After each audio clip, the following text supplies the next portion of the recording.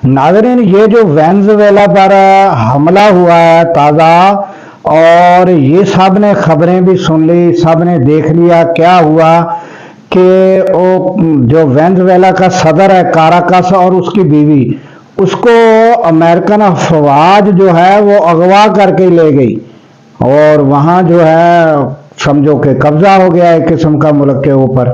तो आप ये देखें कि ये जो जंगी कवानीन की पासदारी हो, इंसानी हकूक़ की पासदारी हो, ये सब जो है ये आम कमज़ोर लोगों के लिए ये चीज़ें हैं। और अमेरिका इंसानी हकूक़ का जो है अलम बरदार बना हुआ बैठा होता है।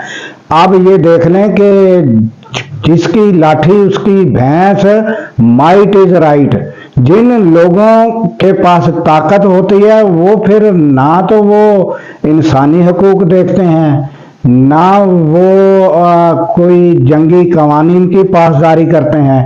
तो ये आप सब ने देखा, और हमने जो है डोनाल्ड ट्रंप को नोबल इनाम के लिए भी हमारे वजीर आज़म जो है उन्होंने नामजद किया हुआ है कि ए बड़ा बंदा चंगा है। तो ये जो है ये अमन पसंद है और जंगे रखवाने वाला आदमी है। अल्लाह हाफिज़।